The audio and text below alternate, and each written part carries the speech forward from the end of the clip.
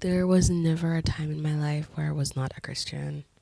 The dependence on God was always at the forefront of how I was raised. However, I have come to grow up and realize that my dependence on God was through other people, and my relationship with God was not as intimate as I thought it was. This relationship has always been there. I think I thought I was doing my best at each time in my life, which I think for who I was, I think that's true. But there came a point where I was yanked. I was yanked. I was yanked up by my ear. And I believe God really said, yo, it's time. Like, all that's in my head right now is, I miss you, I need you, and I want you. Listen, who am I to say no to the Father? Okay? But I was on a path of complete self-destruction, which is ironic because I thought I was on a path of complete self-reliance, and I thought I was really building myself up, and I was like learning and hustling and really like making a avenue for myself where I was making mistakes, and I was fine with that. But let me get specific, I thought I was like exploring my career and trying to like trudge through life the hard way because I thought that's what I deserved, that's what was necessary. Especially because let me expose myself. I was in college and I ended up dropping out of college. I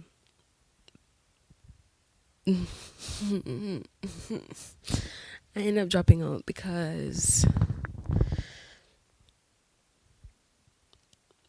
I can give you the reason, but I can also give you what I believe it was. And I don't think I was ever going to finish, which I didn't. So that's kind of easy to say, right? I don't think I was meant to be there, which is very hard to admit because there's so much like shame around not completing that. Not that anybody projected that shame onto me, but like it's just something I feel in myself. Or like I feel like I've let people down. There was this expectation that I should finish, which I mean that's fair, but I did not, and I feel like that's like the first time in my life where I didn't do the thing. I didn't do the thing, and I feel like everybody expected me to do the thing, and I didn't feel any way at the time because I felt like I am very self-sufficient, I'm very stubborn, I can make an excuse for anything and I can believe it, you know. I did have to face the fact that a part of why I left was because of criticism, and a part of why I gave up on it was because I I got a really bad review on my film. Oh my god, I should tell you, I was in film school. I was studying film. I was gonna get a BFA in film production, and I felt like I completely followed the treatment, and I did the work according to the rules, and I got a horrible review. And a part of that was me like giving up on my initial idea and following my friends and coming home and not finishing the project. And then having to settle for doing something like the night before and trying to like mash something together to make it make sense. And I don't think it was actually that bad, But oh my god, my lecturer tore me to pieces. It was so bad in front of everybody, by the way. My lecturer tore me to pieces, and it was so bad that I remember one of my classmates like texting me on the side, and she's like, I don't know what is his problem, but I don't think it was that bad. And that was the moment I completely checked out. And it's not that I gave up on film, it's just that I disassociated and I got a job.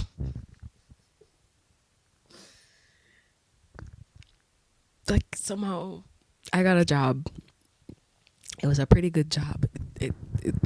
I was in that job for what, like 5 years. And I was trying to do school and the job, but eventually school took a dip, and technically I did take a leave of absence, but I keep saying I'm on a gap year, and it's been like 3 years. It's probably more. So yeah, that's that story. But it's so funny because that was the same time I got into my the relationship that like really stood the test of time. And it's so funny because it's like all respect to him, you know, all respect to him, but it was kind of like the perfect distraction to not deal with the logistics of my life, because I felt like this would save me from the shame of not being in school right now, that I was doing something even better. I was getting a husband, guys. See, I'm totally busy. Like, I can't get a degree right now. I'm getting a husband. Like, please, don't you understand? And nobody confronted me. Like, my parents didn't say anything. Of course, my father was like when I got the job, my father was like, oh, finish school. And it's like, okay, but like whatever you say is kind of like through it in one ear and the other. So it's like, you saying that is kind of like, okay, yeah. I mean, you have to say that, you know, but you don't really understand where I'm coming from. You don't really understand what's happening here. This is not a comedy. Why am I laughing? I think this is really nice that I can laugh through this, because otherwise I'd be bawling my eyes out. But yeah, so it was like a perfect concoction of distractions for me to just kind of skull school. And be a croft, like, but I genuinely thought I was like living the dream, and I thought I was building a life for myself. However, even though I was talking to God throughout all of this, I was praying about the job, and I was praying about my ex-boyfriend. That's the only times I talk to God.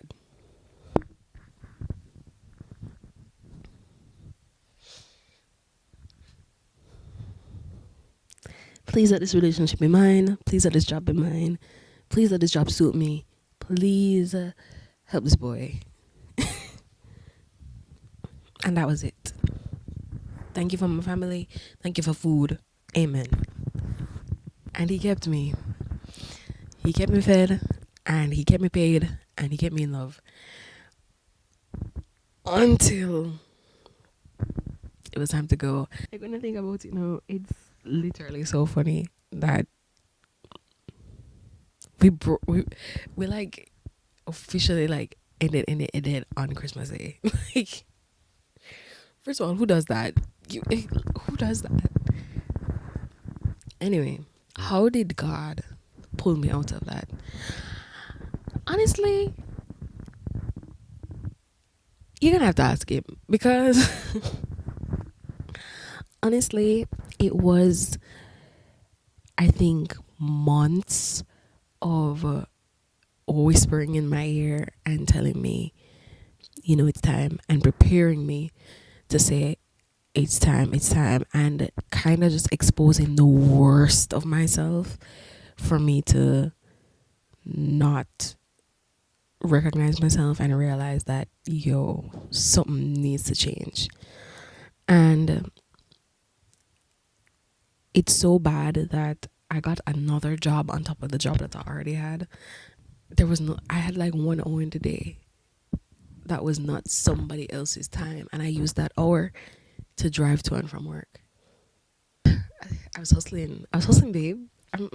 I'm hustling.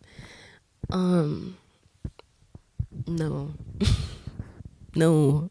I tried to maintain my composure, but I lost it a couple of times. I'm not gonna lie. Just the weight of not wanting to acknowledge how I left school so unceremoniously. Like I had responsibilities. I was leading teams.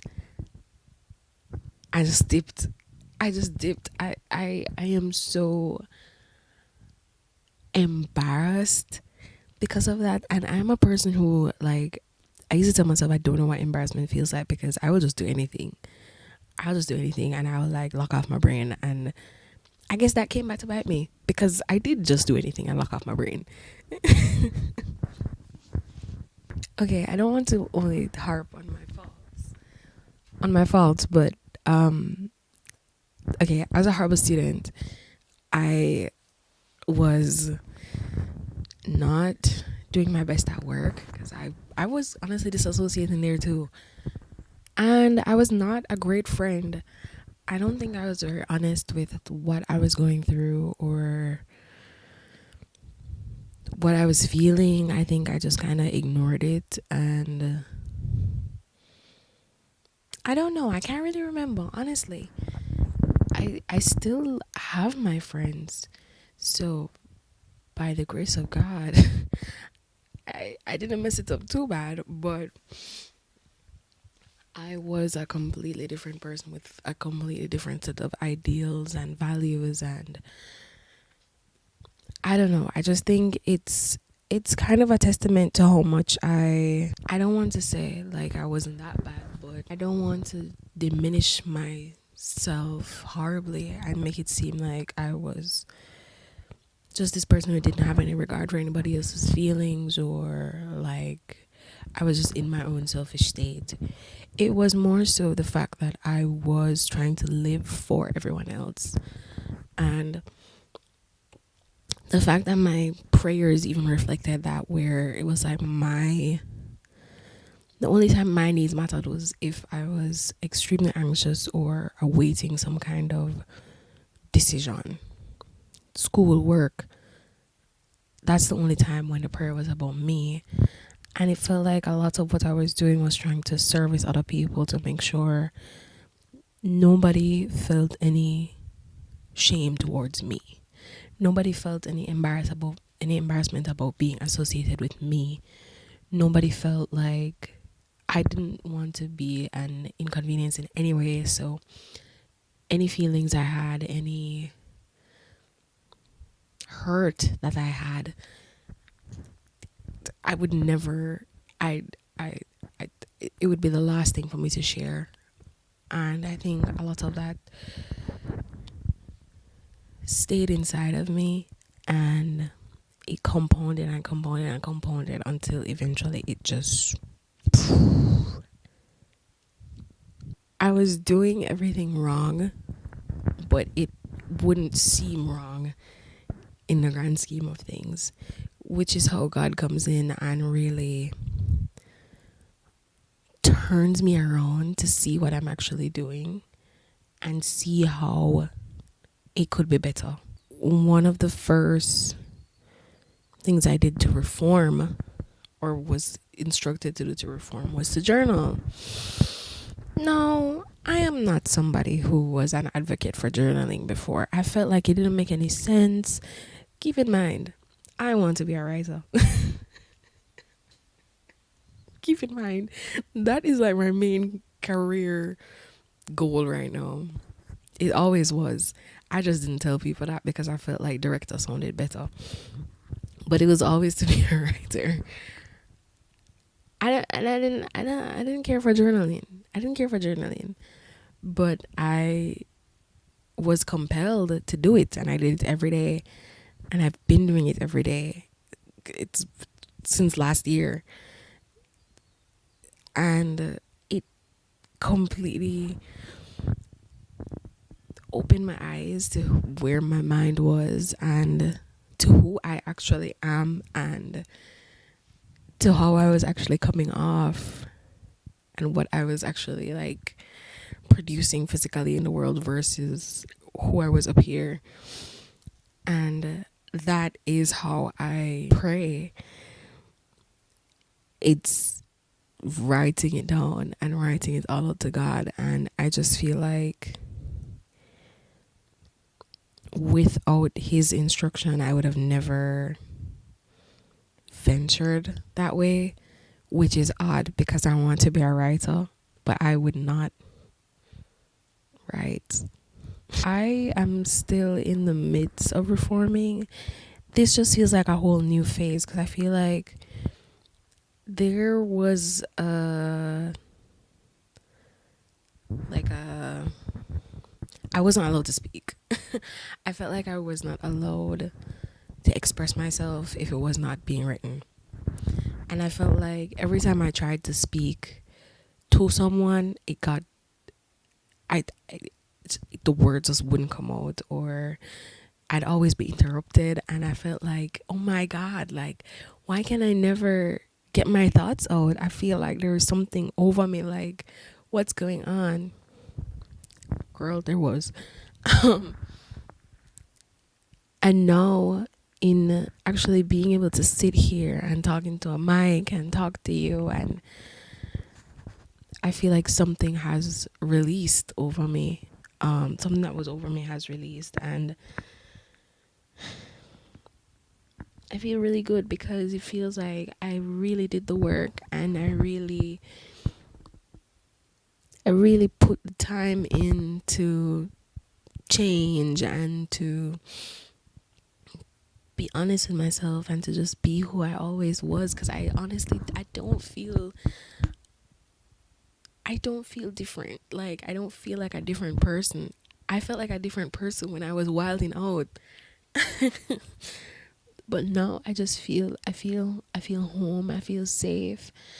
I feel like this is what I want to do. Like, as soon as I turn the camera on, I get like this rush of adrenaline, and it feels purposeful, and it feels like, yeah, it feels like a breath of fresh air. It feels like I can breathe. Like, in everything else, I feel like I've had to put on a character and walk into the world and just kind of like get shit done. And I always do.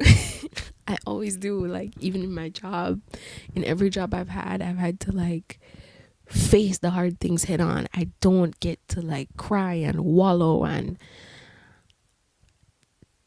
this time I actually got to, and it completely changed my life. And I really got to ask myself, I got to ask God the hard questions, and I got to get answers. And I feel like even talking here now, I still feel kind of crazy and like wacko. I feel like nobody's going to believe me, but a part of reforming myself was learning that I'm not the only Christian in the world. I'm not the only person in the world who believes in God. And now, when I find myself opening my mouth, all I want to do is talk about God. All I want to do is talk about my faith. I want to talk about the goodness of God, like, not just what he's done for me, but like the possibilities of what can be done and the limits that I have faced and overcome. Like, I'm literally living in a whole different country. I am closer to my dreams and my goals than I ever have been. For everybody who has ever looked at me and said, oh my God, she's so foreign, like, what, like, which I have a bone to pick because y'all lied. I have been here for almost a year, and I have not met one person who is like me. I have not met one person who talks like me, who looks like me, who sounds like me, who likes things I like.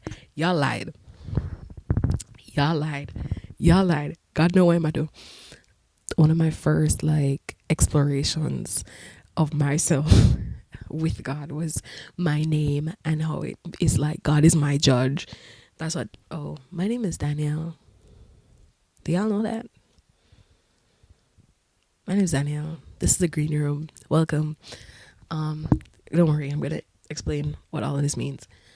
God is my judge, and I felt like it's so odd that I embodied like judgment as a part of my name, and I felt like I was so judged for a lot of my life still, and I don't know why.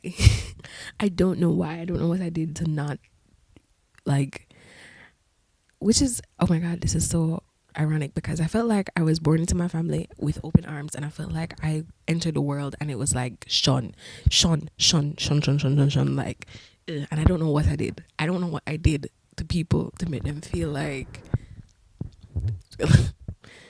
which that's fine, but it, when I accepted the meaning of my name, and it's like God is my judge, and it's like, oh, T, period. Like, right. Because the rest of y'all and what you have to say really cannot affect the person, right? Like, like, wow, freedom. But yeah, I felt like for a lot of my life, for all of my life, I had to put on, in every room I went into, in every stage of my life, I had to put on a character, and I had to be stronger than I was, which means I am actually stronger than I think I am, because man, I've survived some seasons of life where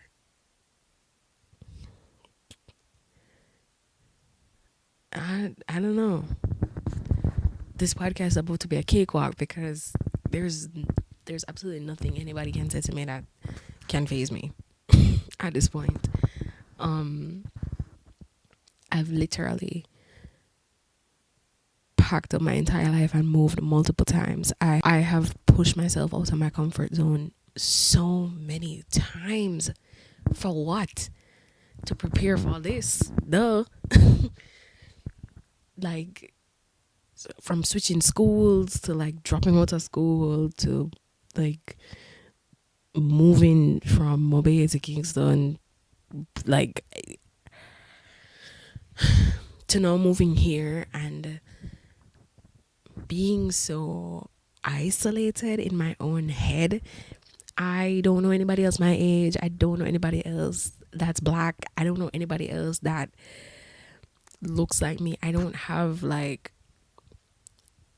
a friend here that is like can match the type of friend that God has been to me. It's still early days, and I'm still like, I am still living through my testimony. Like, this is not a story that is ever gonna end. But I do feel like I am at a place where I have made it to the top of a mountain, and I can rejoice in the fact that, wow, wow, I have evaded death by choosing life. And that is a decision I genuinely, literally had to make when I am driving home from work and I hear something tell me that, yo, if you keep living like this, you're going to die. And it's not like a threat. It's literally like, yo, it's like a hand on the shoulder, like, hey, hey. And it's my choice if I want to keep doing this or if I flip the script, which these decisions, even though I'm talking about them really fast and in a condensed manner, these decisions don't happen overnight. This has been years of my life that have brought me to this moment to sit before you and like actually talk about these things with a smile on my face. I don't think I've ever talked about this with anyone in my life. Maybe peace, but like